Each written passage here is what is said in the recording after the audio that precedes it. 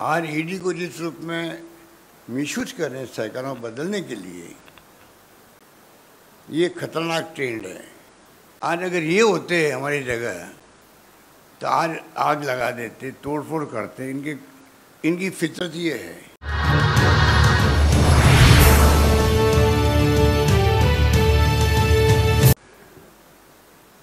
पवन खेड़ा जी और तमाम मेरे मित्रों, जैसा आप सबको मालूम है कि आज ईडी ने पिछली बार राहुल गांधी जी को बुलाया था और 5 दिन तक 50 घंटे से अधिक समय तक उनको पूछताछ करी। पूरा देश देख रहा था। और आज सोनिया गांधी जी को बुलाया है, जिसके बारे में पूरा मुल्क जानता है कि वो एक ऐसी नेता है जिसने पूरे देश का दिल जीता है। जिस रूप में उन्होंने यूपीए का गठन किया, फील गुड और इंडिया साइनिंग के नारों को हराया जो कि आर्टिफिशियल थे, जिसने डॉक्टर मनमोहन सिंह जी को प्रधानमंत्री बनाया। प्रधानमंत्री पद कोई छोड़ सकता है क्या? और जिनके ज़िंदगी में एक तरफ तो भारतीय संस्कार संस्कृति उन्होंने आत्मसात की, क्या क्या बातें उनके बारे में नहीं कही जा रही थी जब राजीव जी की शहादत हो गई थी। और जिस महिला नेता के रूप में उन्होंने देखा है, एक पारिवारिक महिला के रूप में भी, कि उनके हाथों में इंदिरा गांधी जी की शहादत हुई, जो एक महान नेता थी देश की। बांग्लादेश जिस रूप में बना उस जमाने के अंदर, पाकिस्तान के 2 टुकड़े हो गए। दुनिया के इतिहास में ऐसा कहीं नहीं सुना होगा कि 90,000 सैनिकों को, अधिकारियों को सरेंडर करवा दिया हो एक मुल्क के, जो हमारा दुश्मन मुल्क है, जिसने इंदिरा गांधी ने हरित क्रांति करी, गरीबी हटाओ की बात करी, सब कुछ किया देश के लिए। उनको शहादत हो गई और देश को एक अखंड रखा। राजीव गांधी शहीद हो गए, उनके पति थे। उनकी सास शहीद हो गई देश के लिए, उनके पति शहीद हो गए देश के लिए। इस सरकार को इतनी भी शर्म नहीं आती है कि आप किस महिला को किस रूप में आप व्यवहार कर रहे हैं। ईडी वाले उनके घर जाके बयान ले सकते थे, कई बार लेते हैं। ईडी वाले घर जाते हैं, बयान देते हैं, कोई नई बात नहीं है। मोतीलाल बोरा जी के बयान लिए थे घर जा करके। पर जिस रूप में उनका रवैया जो है वो बहुत निम्न स्तर का है, कहना चाहिए कि निम्न स्तर का है। उनको चिंता नहीं देश क्या सोच रहा होगा। कांग्रेस शासन में हमेशा हर फैसला ऐसा होता था कि मीडिया में कोई इश्यू बन गया तो दुनिया, देश क्या सोचेगा, और मुख्यमंत्री को इस्तीफे, रेल मंत्री का इस्तीफा, लॉ मिनिस्टर इस्तीफे हो जाते थे। इनके डिक्शनरी में बातें तो है ही नहीं। इसलिए आज सोनिया गांधी जी को जिस रूप में बुलाया गया वो बेहतर तरीके से हो सकता है। हम जानते हैं, मानते हैं, कानून सबके लिए समान होता है, पर इनके शासन में कानून सबके लिए समान नहीं है। इनके लिए जो एनडीए में आता है, घुस जाता है, बीजेपी ज्वाइन कर लेता है, उसके लिए कानून बदल भी जाता है। जैसे शिवसेना के कई लोगों के बुला के बयान लिए गए, और जब वो इनको ज्वाइन कर गए पार्लियामेंट के मेंबर, तो वो तमाम बातें समाप्त हो गई उनके लिए। इनका जो 2 कानून बना रखे हैं देश के लिए, विपक्ष के लिए अलग है और इनके खुद के लिए अलग है। इस प्रकार आज ये मुल्क चल रहा है। और ऐसा केस हाथ में लिया गया है जो जिसका हक है ही नहीं। ईडी को मनी लॉन्ड्रिंग कहाँ हुई है? ईडी को चाहिए एक प्रेस कॉन्फ्रेंस करे, देश को बताए हम राहुल गांधी को, सोनिया गांधी जी को क्यों बुला रहे हैं, इनके ऊपर अमुक अमुक आरोप इस प्रकार के जो कि ईडी में आते हैं। आज ईडी को जिस रूप में मिसयूज कर रहे हैं सरकारों बदलने के लिए, ये खतरनाक ट्रेंड है। ये लोकतंत्र की भावनाओं के भी आप समझ सकते हो कि कुचला जा रहा है उसको भी। मैंने बार बार कहता हूँ कि देश में संविधान की धज्जियां उड़ रही है, देश में लोकतंत्र खतरे में है, ये उसके उदाहरण हैं। इस रूप में आज ये मुल्क चल रहा है। लोग, पूरे देश के लोग डरे हुए हैं, सहमे हुए हैं और घुटन महसूस कर रहे हैं। देश के अंदर घुटन महसूस कर रहे हैं। ये समझ नहीं पा रहे हैं, इनको नहीं एहसास है कि कभी जनता का मूड बदल भी सकता है। अभी आपने हिंदुत्व के नाम पे जो हर व्यक्ति के धर्म की बात आती है तो व्यक्ति साथ खड़ा हो जाता है। हमारी लड़ाई विचारधारा की है, देश को बचाने की है। उसीलिए आज पूरे देश के कांग्रेस जन प्रदेशों के अंदर, जिलों के अंदर धरने कर रहे हैं, प्रदर्शन कर रहे हैं, मैसेज देने के लिए। अब भी आप, ये तो लोकतंत्र के गहने हैं, धरने हो, प्रदर्शन हो, विरोध प्रकट हो, इसको तो टॉलरेंस पावर हो, ये तो लोकतंत्र में आवश्यक है। आज अगर ये होते हमारी जगह तो आज आग लगा देते, तोड़फोड़ करते। इनकी फितरत ये है। हमारे यहाँ तो बाहर आप देख रहे हो, रघुपति राघव राजा राम, पतित पावन सीताराम के भजन हो रहे हैं। इस एक भजन से समझ लीजिए ईश्वर अल्लाह तेरे नाम कि कांग्रेस की सोच क्या है, इनकी सोच क्या है। ये भजन बोलने वाले कभी भी ना हिंसा कर सकते हैं, ना तोड़फोड़ कर सकते हैं। और पुलिस बाहर छावनी बना रखा है एआईसीसी दफ्तर के चारों ओर। क्या जरूरत है? ये हमारा खुद का हेडक्वार्टर है, उसके अंदर आप आने की परमिशन नहीं दे रहे हो। ऐसा तो पहली बार इतिहास में हुआ है। कल सरकार राज्य की है, दूसरी पार्टियों की, वो इनके ऑफिसर के अंदर जाने की परमिशन देगी नहीं। अच्छी बात है क्या? ये परंपराएं ठीक नहीं हो रही है। इसलिए मैं कहना चाहूँगा कि जो बेरोजगारी है, महंगाई है, आर्थिक स्थिति डावाडोल है, 80 रुपये क्रॉस कर गया है डॉलर, ये चिंता का विषय होना चाहिए। जो चुनौतियाँ देश के सामने हैं, डोकलाम की है या और कोई है, पूरे विपक्ष को बुला के बातचीत करनी चाहिए। कोई दुश्मन तो होते नहीं राजनीति के अंदर, ना होना चाहिए। और ये दुश्मन मानते हैं हम लोगों को, विपक्ष को दुश्मन मानते हैं। अभी भी आप हैदराबाद में भी मोदी जी ने कहा रीजनल पार्टियों के बारे में भी और सबको, ये जो है वंशवाद चल रहा है। तो ये जो इनका टारगेट है विपक्ष, पहले कांग्रेस मुक्त भारत की बात करते थे, अब इनकी मंत्रा है विपक्ष मुक्त भारत बने, डिक्टेटरशिप हो देश के अंदर। उस दिशा में देश जा रहा है। हर देशवासी को चिंता होनी चाहिए।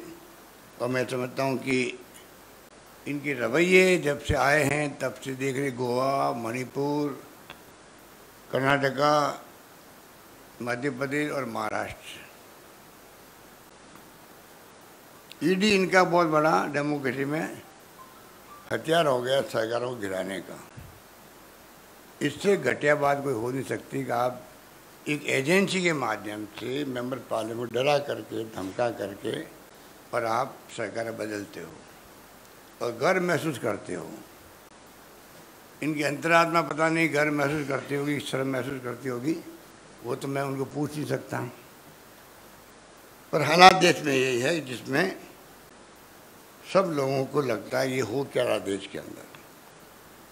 इन स्थितियों में हम लोग चल रहे हैं। और सीआरपीसी से जो प्रोसीजर है देश का, कोई गलती हुई है तो एक प्रोसेस होता है, उसके अंतर्गत ही आप 15 साल के कम उम्र के लोगों को या महिलाओं को नहीं बुला सकते इस प्रकार से। ससम्मान उनसे बात करो। वैसे भी किसी भी अपराधी जब आरोपित होता है तो कम से कम जब तक वो सिद्ध नहीं हो कि ये इसे जुल्म किया है, तब तक आप कैसे उसको अपराधी मान सकते हो। ये तो और मामला अलग तरह का है, पर इनके लिए तो वही है कि जो इन्होंने ठान ली है वो हमें पूरा करना है। इसलिए मैंने कहा देश में भय का माहौल है, देश में माहौल घुटन का है, इसको समझने के प्रयास नहीं कर रहे हैं। गांधी परिवार को ही क्यों कर रही है, जिसने इतनी सेक्रीफाइस किया है, त्याग किया, बलिदान किया। मोतीलाल नेहरू के वक्त से ही पंडित जवाहरलाल नेहरू की कोई उपलब्धि थी नहीं इनकी दृष्टि के अंदर। आज 75 वर्ष मना रहे हैं अमृत महोत्सव। नाम तो एक से एक बढ़ करके देने के लिए इनकी जो फितरत है आरएसएस बीजेपी, उसका तो कोई मुकाबला नहीं है। पर जिस प्रकार से ये अमृत महोत्सव मना रहे हैं, मैं कहना चाहूँगा इनसे कि आप हर घर तिरंगा लगाने की बात करते हो, उसके पहले कम से कम आप देश की जो उपलब्धि है 75 वर्ष की है कि देश छोटी सी होने क्या था आज क्या है, वो तो बताओ देशवासियों को, वो गर्व महसूस करे। और 13, 14, 15 को जो प्रोग्राम दिया गया है इनका हर घर तिरंगा, उस पर वो आगे आ सके। ये तो करो कम से कम। पर आपको तो खाली परसेप्शन पैदा करके राजनीतिक लाभ उठाना है, उसके अलावा आपका कोई। तो ये तमाम बातें जितनी करें उतनी कम आप लोगों से। आप तो खुद एक्सपर्ट हो क्या हो रहा देश के अंदर। हमें चिंता है कि जो प्रीमियर एजेंसीज है, ईडी, सीबीआई, इनकम टैक्स, उसकी क्रेडिबिलिटी ये कम कर रहे हैं दबाव दे करके। और इतना दबाव उनके ऊपर है, तो आप देख रहे हो दबाव में काम करें। प्राइवेटली वो खुद ही करें कि हम क्या कर सकते हैं, ऊपर से आदेश आता है एक दिन पहले कल छापा डलाओ, जबकि पहले रेखी होती है, असेसमेंट होता है, उसके बाद में छापे पड़ते हैं। पर यहाँ तो और ही चल रहा है। तो ये मामले बड़े गंभीर हैं, इसलिए मैंने आपसे सोचा कि आपसे मैं भी रूबरू हूँ, इसी बहाने आपसे कुछ बातचीत भी होगी। और जो हालात सबके सामने मैंने बता दिया आपको। तो सोनिया गांधी जी को आज बुलाना, मैं इसकी निंदा करता हूँ। इनको चाहिए था कि उनके घर जा कर के वो बयान लेते हैं उनके, लेना ही था। तो पहले तो कोई दम है नहीं इस केस के अंदर। नेशनल हेराल्ड जब से मैं राजनीति में आया हूँ तब से देख रहा हूँ ऊपर जवाहरलाल नेहरू का नाम लिखा होता है नेशनल हेराल्ड के अंदर संस्थापक के रूप में। अगर तो वो उसको मजबूत करने के लिए एक नेशनल हेराल्ड भी हम हिंदुस्तान टाइम्स की तरह, टाइम्स ऑफ इंडिया की तरह क्यों नहीं आगे बढ़ने का प्रयास करें। हालांकि पॉलिटिकल पार्टी के अखबार उस लिमिट तक जाते नहीं हैं, हम जानते हैं। जैसे 5-6 दिन नहीं उनका है, ऑब्जर्वर है। कभी कांग्रेस ने कोशिश की क्या उसको नेस्तनाबूद करने का, उसको बंद करने का। पर ये चाहते हैं कि अखबार नया खड़ा क्यों हो। तो दो बातें हैं, एक तो ये अखबार क्यों ये मजबूत बने, शुरुआत में इसको क्रश कर दो। इसे तमाम इस केस को बना करके उलझाया जा रहा है। नंबर 2, उदयपुर डिक्लेरेशन जो हुआ है, उदयपुर डिक्लेरेशन जिसमें पदयात्रा के प्रोग्राम भी थे, 2 अक्टूबर से भारत जोड़ो अभियान था। डिक्लेरेशन के अंदर जो भावना प्रकट हुई है देशवासियों के सामने कांग्रेस की, उससे मोदी जी अमित शाह जी चिंतित हो गए। उसी दिन से तय कर लिया और इमीडिएटली नोटिस दिए गए सोनिया जी को, राहुल जी को। और उसी ढंग से आप देख लो कि जो तमाशा हो रहा देश के अंदर, जिस रूप में बुलाया जा रहा है, जिसमें 5वें दिन तक, मेरे ख्याल से तो मेरी दृष्टि में कभी देखा नहीं 5 दिन तक किसी को बुला के ईडी वाले बयान ले रहे हो लगातार और घंटों। ऐसा एक भी केस ऐसा देश में नहीं होगा। जबकि बड़े बड़े केस देश के अंदर क्रिमिनल के होते हैं, मनी लॉन्ड्रिंग के होते हैं, पर उनके लिए कोई हाथ नहीं डालेंगे। और इनकी ईडी की हालत देखिए आप, करीब 1700 छापे डाले इन्होंने, 1700 छापे डाले और 1569 स्पेशल इन्वेस्टिगेशन इन्होंने किए हैं। 0.5% इनकी कन्विक्शन रेट है इनकी। ये इनकी स्थिति है। तंग करो, घंटों दिनों तक पूछताछ करते रहो, कई दिन तक डिमोलिश कर दो, उस परिवार को भी, उसके मिलने वालों को भी, उस पार्टी को भी जिससे वो संबंधित रखता है या सिंपैथी रखता है, उसको बाद में भूल जाओ उसको। ये भी देखने में आ रहा है, जहाँ जहाँ छापे डालते हैं, जहाँ जहाँ कार्रवाई करते हैं, चुनाव खत्म हुआ नहीं, इनका मकसद पूरा होना चाहिए। अभी घबराए हुए उदयपुर डिक्लेरेशन लेकर के, मकसद पूरा होगा तो वो भूल जाएंगे कि कोई केस भी हमारे पास में है क्या। ये है इनकी स्थिति, बड़ी चिंताजनक स्थिति है। उसका हम कोई घबराने वाले नहीं हैं। सोनिया गांधी जब से देश में आई है इटली से, खूब चलाया लोगों ने कि बाहर की इंदिरा गांधी, सोनिया गांधी इटली की है कि आपको एक व्यक्ति नहीं मिलता देश का जिसको आप कांग्रेस अध्यक्ष बना सको। ये जुमले सुनते थे हम बचपन के अंदर, बचपन के अंदर 20-30 साल पहले भी। पर उस महिला ने जिस प्रकार की संस्कृति संस्कार अपनाए देश के अंदर, हिंदुस्तान की एक महिला जो है उससे वो कम नहीं है, बल्कि आज लोहा मानती है महिलाएं भी, पूरा देश लोहा मानती है। दुनिया का इतिहास जानते हैं, दुनिया के अंदर जो महिलाएं जिनके पति के साथ हादसे हो गए, चाहे वो जॉन ऑफ कैनेडी हो चाहे कोई भी हो, वहाँ के महिलाओं में, यहाँ की महिला जिस रूप में इन्होंने अपना जीवन व्यतीत किया है और पार्टी के लिए जो जान लगा दी इन्होंने, उसको कांग्रेस जन कभी भूल नहीं सकता। इस परिवार की क्रेडिबिलिटी थी हाईएस्ट 70 साल के बाद में भी है। इसलिए आज पूरे देश के सभी भाषा जानने वाले, सभी जातियों के, सभी वर्गों के लोग, सभी क्षेत्रों के लोग, चाहे वो नॉर्थ के हो, ईस्ट के हो, वेस्ट के हो या साउथ के हो, वो जुड़े क्यों हैं। बार बार साहब इनको ही क्यों आप लेके चल रहे हैं साथ में? अरे लेके नहीं चल रहे हैं, पूरा मुल्क का जो आम लोग भी हैं, जो कार्यकर्ता हैं, उनका विश्वास इनके ऊपर है कि सबको साथ लेके चलेंगे। जो राजनीति में बहुत आवश्यक होता है वही कामयाब होता है जो सबको साथ लेके चलता है। इस परिवार की क्रेडिबिलिटी बड़ी है, ये सबको साथ लेके चलेंगे, सबके साथ न्याय करेंगे।